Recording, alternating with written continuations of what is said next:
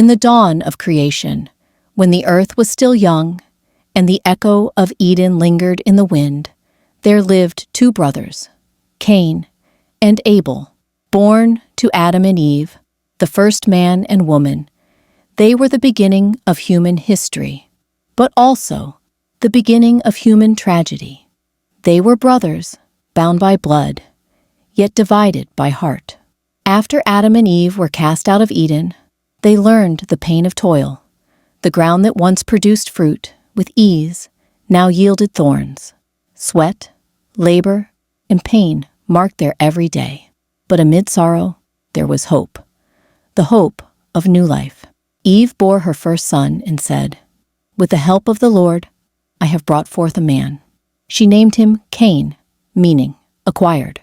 Later she bore another son, Abel, meaning breath or vapor. His very name whispered the fragility of life. Cain as a strong, ambitious young man working in the fields. Abel as gentle, caring, tending to sheep in the meadows.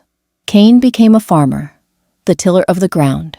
Abel became a shepherd, tending flocks of sheep. Two brothers, two paths, two callings, both vital, both blessed. But hidden beneath the surface was a struggle older than mankind itself. The war between pride and humility, obedience and rebellion. Time passed, and it came to be that both men decided to bring an offering to the Lord. It was an act of worship, a symbol of their devotion.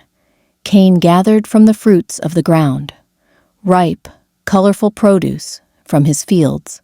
Abel, however, brought the firstborn of his flock, fat portions, the best he had. They placed their offerings upon the altar. Smoke rose into the heavens. And then the unimaginable happened. God looked with favor upon Abel and his offering, but Cain's offering found no favor. Silence fell. The fire that consumed Abel's sacrifice glowed bright, but Cain's altar remained cold. His heart burned with something darker than any flame, envy. Cain's face grew dark. His eyes hardened. Rage, confusion, and humiliation filled him. He had worked hard. Had he not? He had offered what he grew with his hands. Why then did God favor Abel?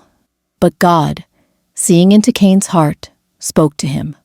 "Why are you angry, Cain? And why is your face downcast? If you do what is right, will you not be accepted? But if you do not do what is right, sin is crouching at your door. It desires to have you, but you must rule over it." Those words should have saved him, but envy had already planted its roots deep within Cain's soul. Cain stared into the night, gripping the soil, tears mixing with the dirt, while Abel slept peacefully under the stars. The next morning, Cain called out to his brother, "Abel, let's go out to the field," he said calmly. The two brothers walked together under the golden light of dawn, as they had done countless times. But this time, something had changed. Cain had been nursing a grudge since his sacrifice wasn't accepted by God, and Abel's was. When they were alone, Cain's rage exploded. He rose up against Abel, his own brother, and struck him down. Abel gasped, his body falling onto the earth he once tended. His blood seeped into the ground, silent, but crying out to heaven. For the first time in human history, a man had killed his own brother, and the earth bore witness. Later, God's voice echoed through the field. He asked, "Cain, where is your brother Abel?" Cain, trembling yet defiant, replied, "I don't know. Am I my brother's keeper?" But the Lord said, "What have you done? Listen, your brother's blood cries out to me from the ground." And judgment fell. Now you are cursed from the earth, which has opened its mouth to receive your brother's blood. When you till the ground, it will no longer yield crops for you. You will be a restless wanderer on the earth. Cain cried out in anguish, "My punishment is greater than I can bear. Anyone who finds me will kill me." But even then, God's mercy appeared. He marked Cain with a sign, a mark of protection, saying, "If anyone kills Cain, vengeance shall be taken sevenfold." And Cain went out from the presence of the Lord to live in the land of Nod, east of Eden, a wanderer, haunted by guilt, burdened by the memory of his brother's blood. Their parents, Adam and Eve, must have been devastated, losing one son at the hands of the other and losing the other to guilt. Centuries later, the story of Cain and Abel still whispers through time. It reminds us that sin begins in the heart, long before actions are seen.